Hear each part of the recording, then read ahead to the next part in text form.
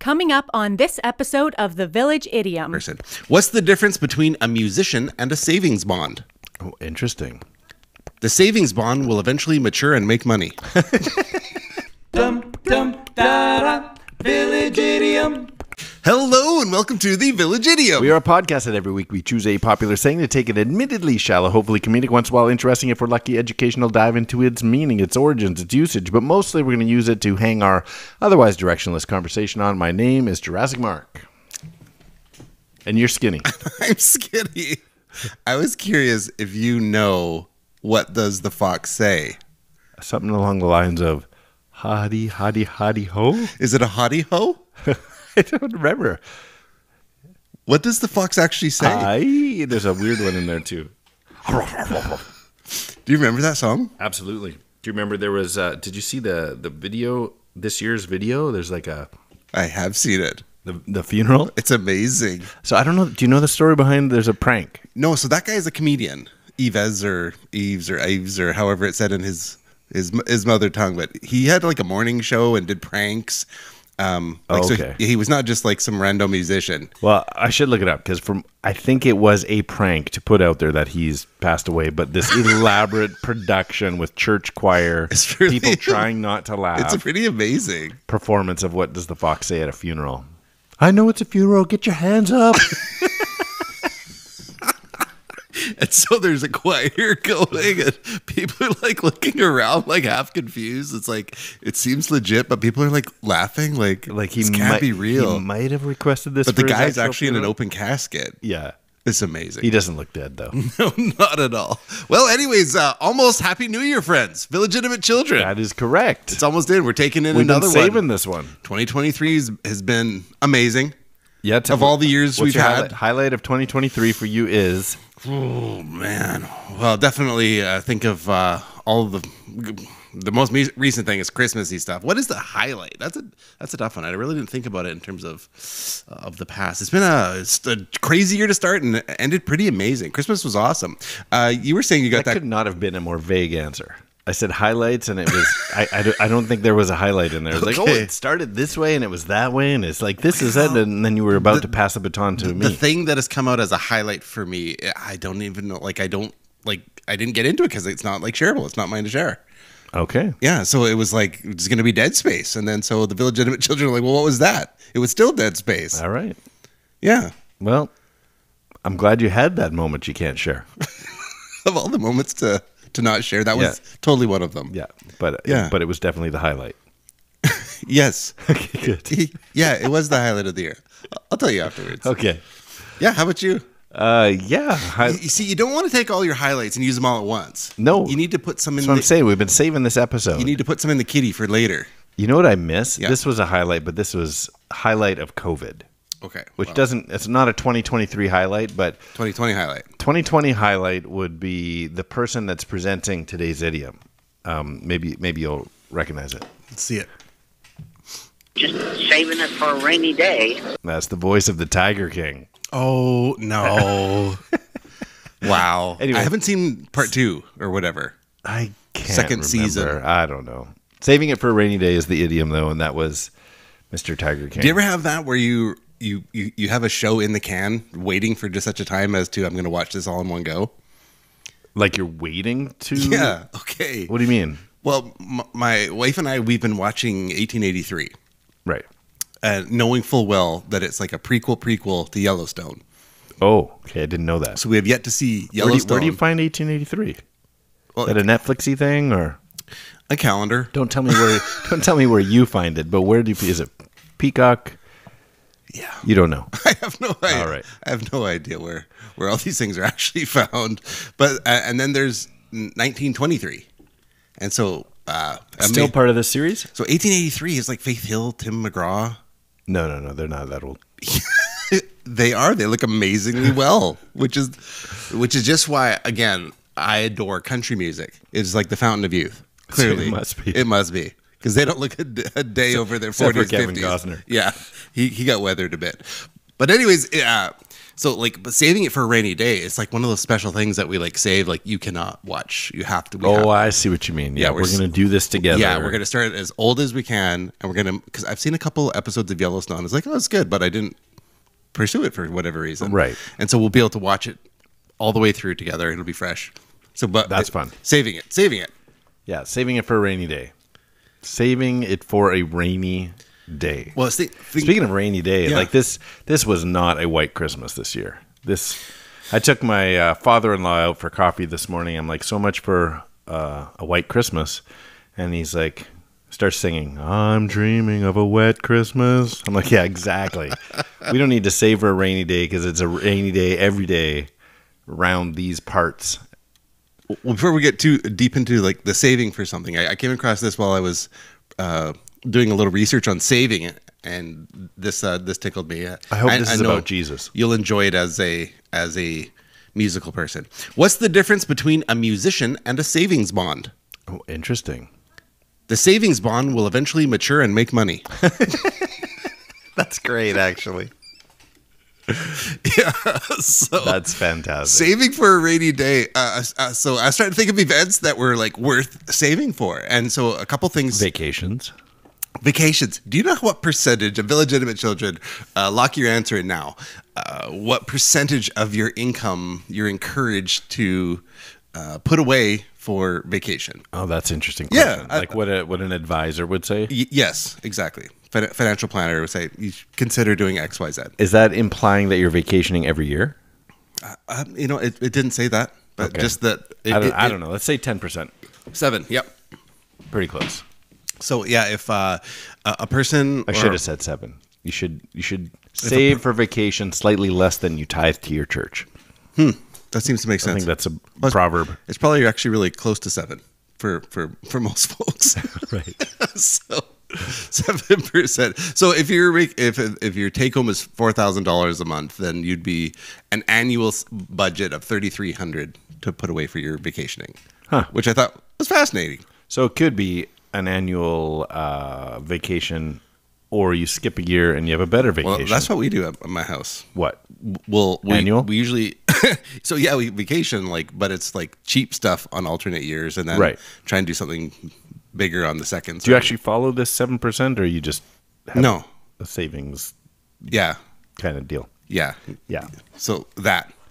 Yeah. There is an actual rule. This is actually there is a financial rule for this. Making something quite clear to me. Mm-hmm. Because I can't remember the last time I vacationed. That's not good. Well, it's because you're supposed to save. Is that the issue? So I'm You're spending it along the way? Why don't I ever vacation? I mean, some would say my whole life's a vacation. I've heard that before. So when I was going through of illegitimate children, and maybe you know how you tune into the podcast to get your financial advice? You dial in. You're like, tune in. Do you know what I need right now is financial advice from two morons. Okay. But the point is the emphasis on the word moron is more. We want you to earn more. We're not lessons. We're morons. You'll never learn a lesson from these morons. So there is a rule that I came across in this study. It was the 50-30-20 rule. Okay. And it was that you were intended to, or ideally, live like, so your either mortgage or rent, and your food, those big ticket items, 50% of your income, 30% in the realm of like, if you're going to be like some of your incidentals, like not necessaries, your eat outs, I'm going to take in a movie, maximum 30, and 20% to service debt. Out like above and beyond what would be covered in that 50%, 20% to service debt and to save. Yeah. To service debt or to save, I guess. Yes. So if you're first getting rid of your highest, your highest things that cost you the most money. But yeah, so what was that? 50, 40? 50, 30, 20. 50, 30, 20. If you do 50, 40, 20, you've already got other math problems. That's good. I figured out why there's financial problems. Right in the first lesson. So if you're also doing 10% tithing and 7% for, you're now at 117%. You need to live in a shed. Right. Yeah. And that just is what it is. Yeah. So, Interesting. Yeah, It's not a bad rule of thumb. I've heard similar, not quite that. I've heard similar sort of savings math. But I know that when the kids were little, we sometimes did the, oh man, I don't even remember. They had a little savings bank. like a piggy bank? 80-20. And it was like, just so that they were always putting 20% aside or something. Yeah, it's a I good can't thing. remember what it was. Trying to save a little bit. It's a good thing. They're doing better than me. So. Well, you had to pay for them. When they have to pay for theirs, then they'll do crappy too. There you go, eventually. Yeah, it all makes sense. But Well, anyway, saving for a rainy day. this other little gem. Taking money from your savings is stealing from your future self. Fortunately, my future self will be too poor to hire a lawyer. Exactly. So Screw you, future self. good luck coming for me with the no money you got. Yeah, That's really funny. yeah. It's so if you'd ever heard anything useful on this podcast, which I'm guessing is most weeks, at least there's that 50-30-20. Do your best. 30-20. Yeah, do your best. Yeah, Yeah, that's good. saving for a rainy day. Jesus saves.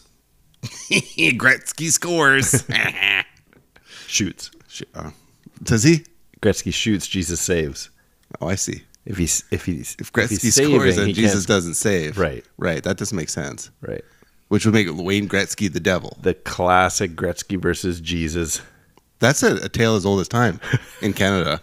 Exactly. When children, and this often comes up around Christmas time, because like in Germany they have like Krampus, Yeah. but we have the Kramas and Krampus. Yes, yes, yeah, but you often don't hear the Canadian tale of Santa versus Gretz.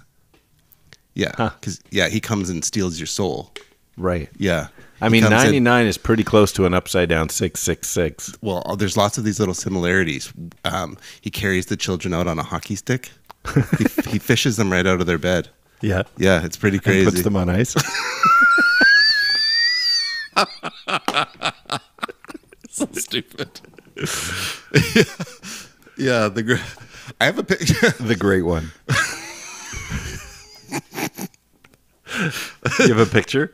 Well, when I went down to Portland, I went to this curiosity shop, and they have this gigantic Krampus in the corner that you can sit on and get pictures with Krampus. That's funny. Yeah, of course I do. Is it terrifying or? Yeah. Yeah. Yeah. Yeah, it's one of those things where you turn your back to it, but you're like, is this like a mechanical thing that's going to put its arm around me or Right. Yeah. freak me out? Yeah. Man. Well, there you Good go. old Canada lore. There's just not Classic. not a lot For of you it. American listeners, you don't know the Krampus Wonder if there- versus is there- Gretzky is there a- versus Jesus lore. Is there an American version Of what? of like Jesus saving and their whatever I fill think, in the? I think they've heard America? of Jesus and Gretzky at this point. I guess he was the great one, no matter Yeah, and he played for the Kings a long time. what the Kings, the King of Kings. He Wow. played against the King of Kings Wow. while on the Kings. Wow, that is deep. If Jesus was in goal, who did he play for? Not the Flames.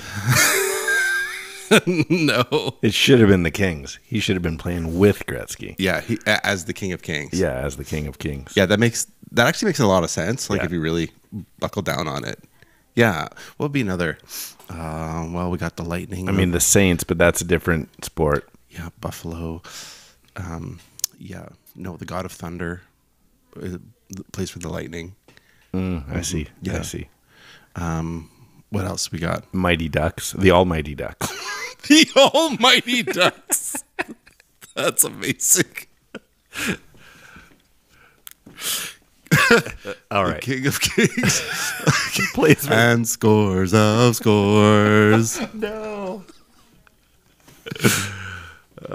Imagine, I can hear the crowd chanting. And he shall reign forever and ever. So, yeah, no one has an upside down like 66 Wayne Gretzky. That's right. Like shirt, like with horns. That's one. great. The great we should one. be working on that. The Canadian. Anyways, Anyway, what do you think? most of that stuff wasn't true. A majority. Majority Until we of play that Origins jingle, don't count on anything we say. We try and keep it serious, or not serious, but we try and keep it factual after the Origins jingle. I did hear in the raining on a rainy day, saving for a rainy day, and then in some like rainy research that apparently it was scheduled for rain the day JFK was shot, but he chose to go in convertible anyways. I don't know what was going through his head, but There it is. I'm like, so far I'm not picking up on the punchline, but there's one coming.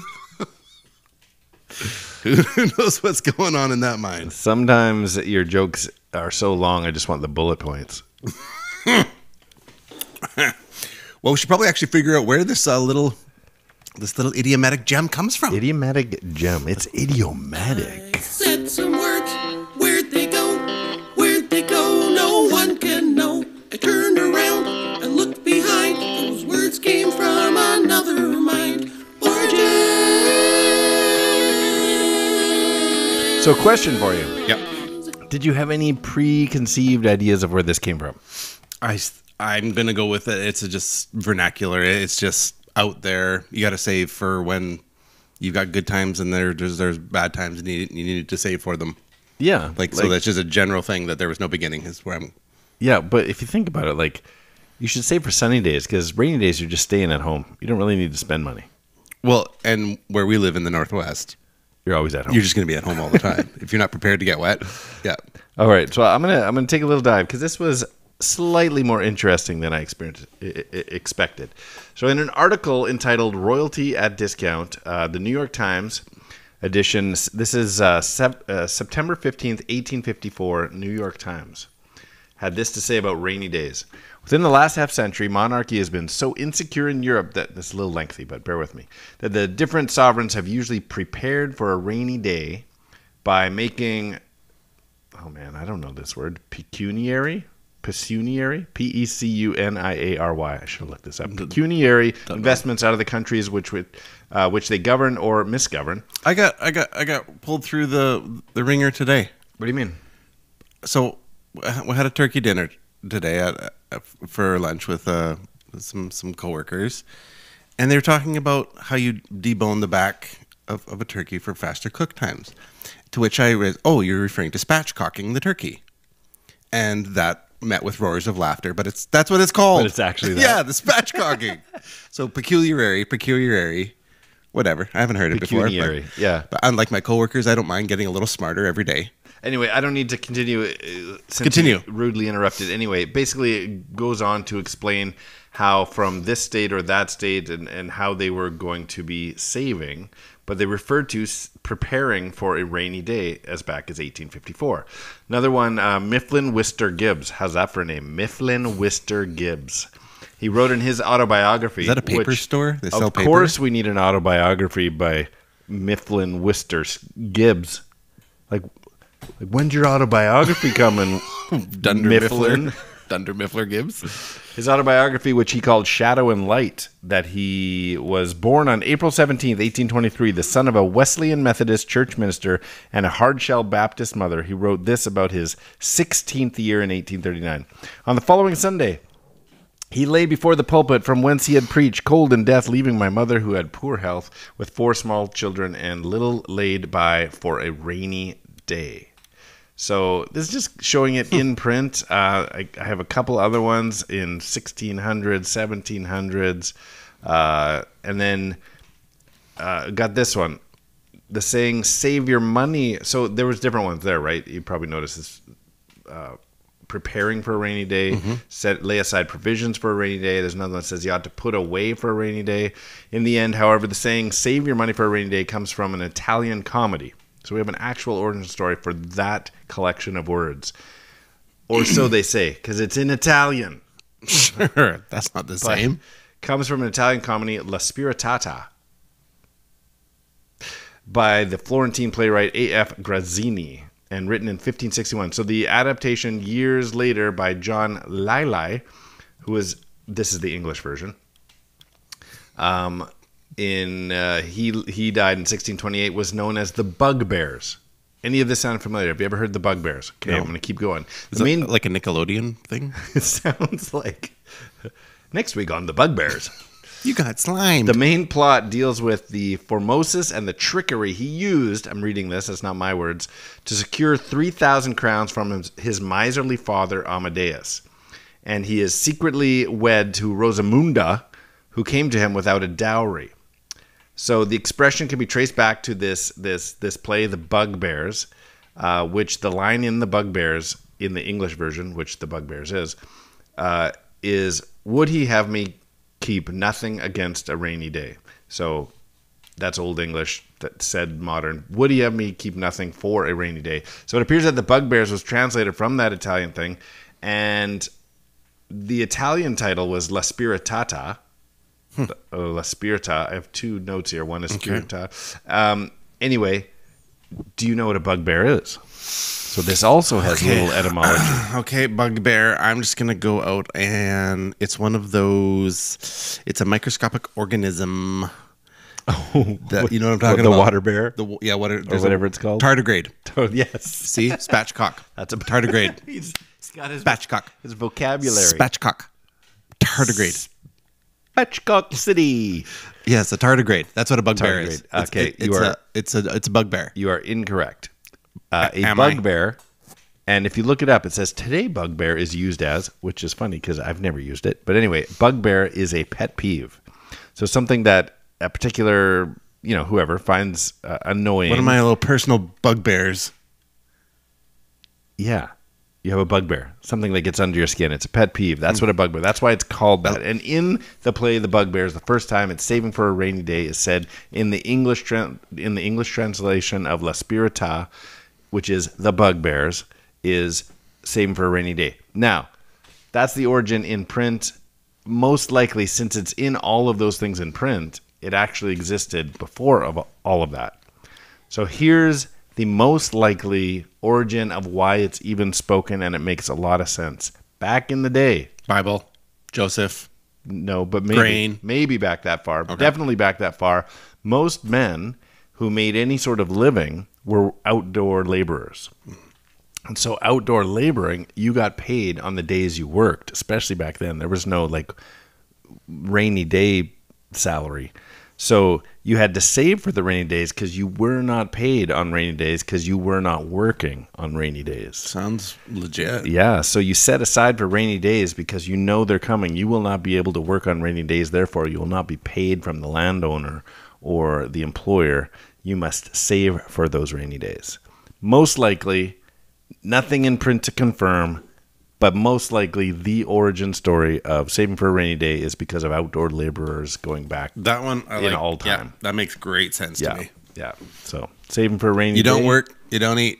Yeah. Yep. You gotta. Which is really how you use it now. It's just that we don't miss out on work because of rain.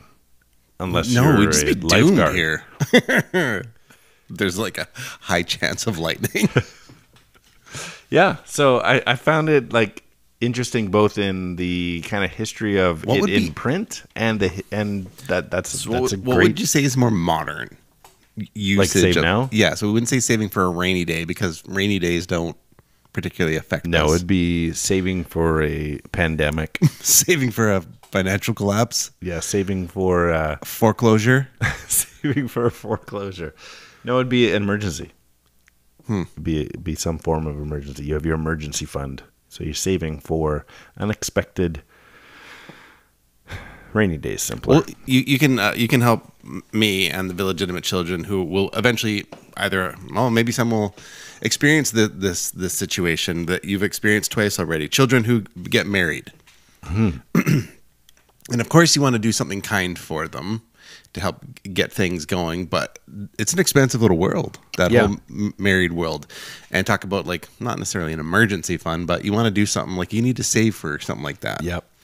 What would you recommend as a good, I've heard a variety of things, but what would you recommend as a good strategy for what we should save for children who are thinking about tying the knot? I may not be the best example of this because there was this is what we did.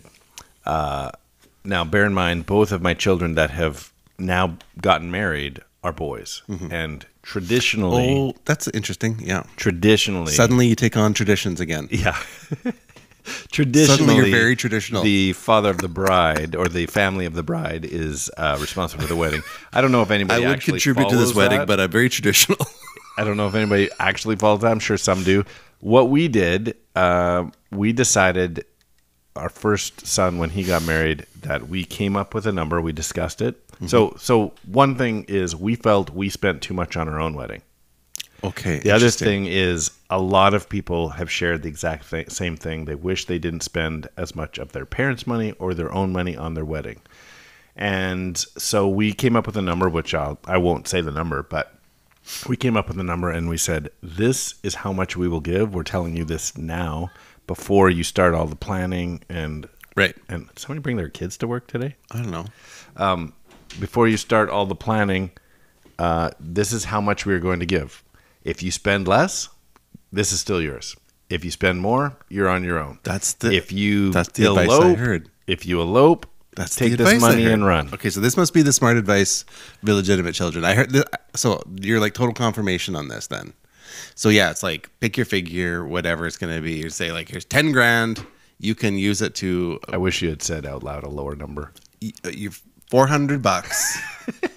Get yourself some snacks. You're going to head down to Costco and get a tray of squares. Yeah, they've got fantastic squares. You're going to wait for the lady with the samples to turn her head a little bit and look in a different direction. You're going to scoop those up as well. You're going to scoop those up. You're going to grab her tray. Okay, that's going to be an appetizer. Pick out your round. bridal gown.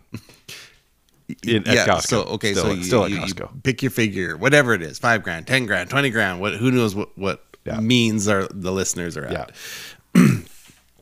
And then, it's like you can, I don't care. You can, if you guys want to elope or you want to buy a car or you want to put it down towards the place or you want to do whatever you want to do with it, but here is the money. And so whatever wedding experience, you want to have people over for appetizers or just you and 2 witnesses and a priest. Yeah.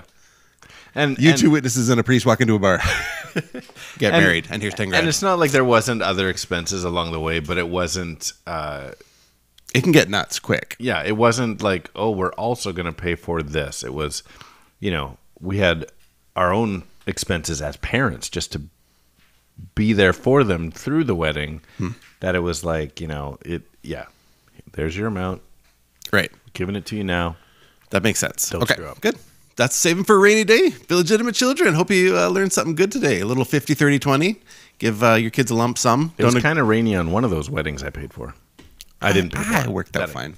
It was nice. You were there. Yeah. It was I've had drizzly and not bad.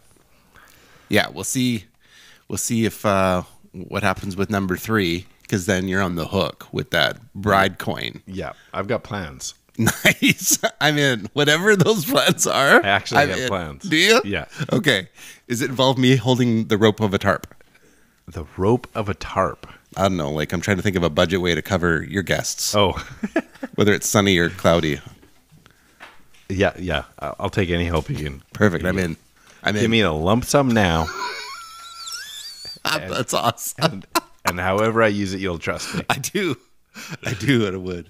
Well, we should wrap this idiom up with a little tiny bow called Riddlink. Riddlink is a game we like to play. It takes a 2-part trivia-based question that requires a 2-part overlapping answer. Overlapping by sound, syllable, word, or word. So, for example, let me give you an example. Last week, our idiom was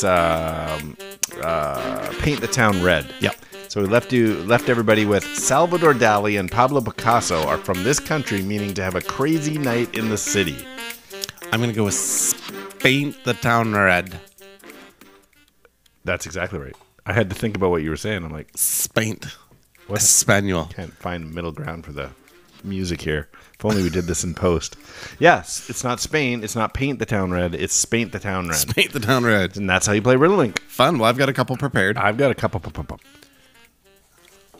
Prepared? Prepared. Here we go. Okay. This budgetary percentage guideline has perfect vision. Interesting.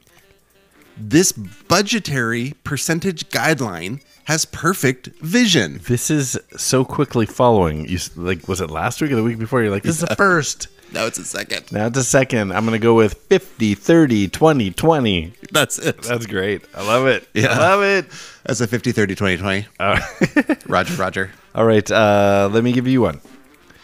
A Volkswagen named Herbie was known as this alternate phrase for a pet peeve. Okay, A Volkswagen named Herbie I got it. was known as this alternate phrase for a pet peeve. Illegitimate children, you needed to chime in here. I'm going to go love bugbear. That's it. Love bugbear. The love bugbear. Yeah, so good. That's funny. Bugbear. Bugbear. I'm going to start using bugbear instead of pet peeve. The bugbears. That's The bugbears. a bugbear of mine. Okay, this one is a little out there. Okay, but maybe you'll land onto it, illegitimate children. This maturing moneymaker Okay. is how 007 introduces himself. Oh. This maturing moneymaker is how 007 introduces himself. Is it Stocks and Bond? James Bond. Sure, I'll take it. Yeah, I was doing that from the earlier savings bond, but Savings any bond. kind of bond. Yeah. That's great. Yeah, stocks and bond, James Bond. That's perfect. Okay, I got one more, and we're going to leave a dangle-anoing out there. That's very different. Why don't you tell everybody how they can participation? Okay, you can reach out to us on Instagram at the.village.idiom or email us thevillageidiompodcast@gmail.com, or whether it's the Facebook, the YouTubes, or the X. Nice. At 3 minutes gone. All right, here it is. When you put some money aside for a more precipitous time with my left foot's Daniel. What? Tell us again. When you put some money aside for a more precipitous time with my left foot's Daniel. I got it. That's great. And that is 3 minutes gone. You sounded That took so me a lost minute. at first. I was completely lost. I was Okay. like, oh, that's funny.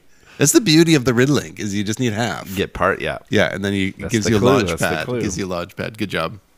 Well, it was fun putting today's episode together. I super loved it. Have a fun time this New Year's, and don't make sure you save for a rainy day. Yep, because it might be the next day. I'm Skitty. I'm Jurassic Mark. This is L. Snuck. I knew somebody brought their kids to work. At this happy New Year. And this is the Village Idiom.